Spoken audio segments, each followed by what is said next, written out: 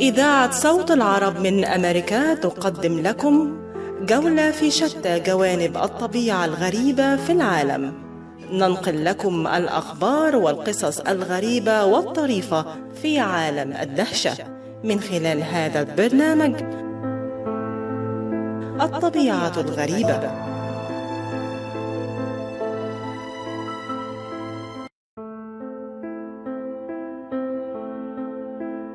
مرحبا، أهلا وسهلا بالجميع في متابعة لقاء جديد من الطبيعة الغريبة. اليوم سأحدثكم عن الحميراء الأمريكية. هل سمعتم بهذا الاسم من قبل؟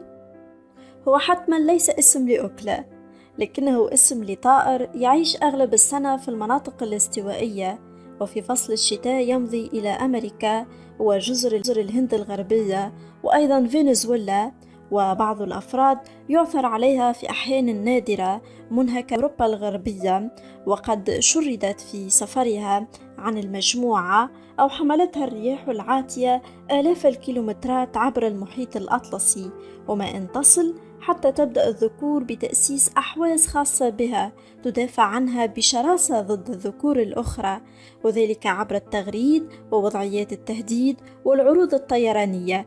أنثى الحميراء الأمريكية وحدها تتعهد ببناء العش، وغالبا ما تقوم بتزيينه بريشات زاهية الألوان.